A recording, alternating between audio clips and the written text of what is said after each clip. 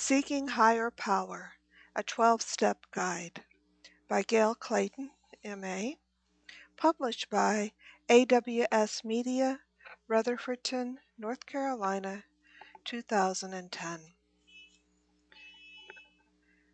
The book is dedicated to all those still seeking. Preface. The quest begins. Do you have a problem with a loved one's drinking or using drugs? This book is for you. Is your whole life focused on getting the next fix or drink to escape the emptiness inside? This book is for you. There is no magic pill that will suddenly stop someone from abusing alcohol or drugs. However, there are programs that allow us to learn how to deal with problems in these relationships. Many of these programs' successes rely on a relationship with a higher power.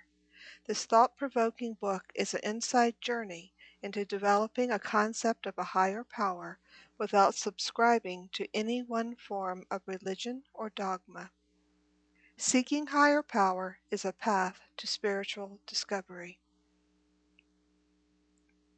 Addicts, and those of us caught in the wave of addiction, are recipients of a spiritual dis-ease with separate coping mechanisms.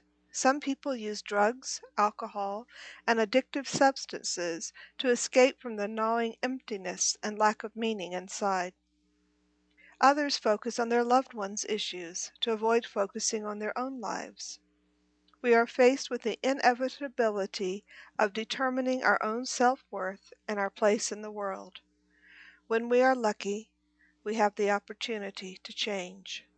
With recovery and awakening, there are options, pathways, and programs to find a personal place of serenity. When I first entered the 12-step program held at a local church, my impulse was to run and hide.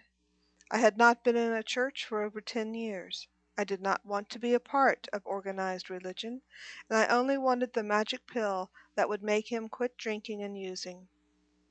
The stress of living with a raging alcoholic and drug addict had brought me to Al-Anon, an organization for people who had problems with another person's addiction.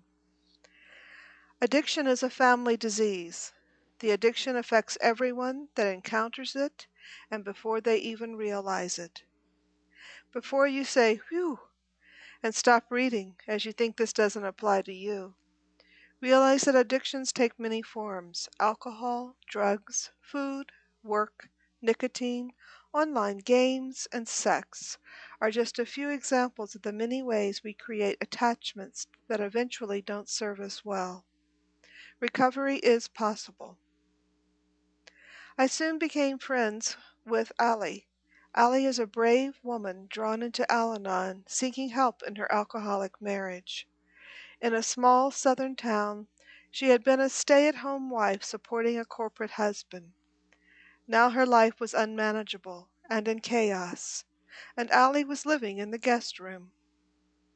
She worked the 12 steps diligently, learned about the disease of addiction, and began to address her issues. She found slogans, literature, and meetings to support her making huge life changes. When her world stabilized, Ali wanted to deepen her connection to the higher power of her own understanding. Ali and I found that working 12 steps, or any self-help program for that matter, depended a lot on the sponsor or leader. We reworked those steps from a spiritual level, letting go of our preconceived notions and exploring our individual concepts of a higher power. You'll find some of our process in our journal excerpts. For those of you not involved with 12-step programs, keep reading anyway.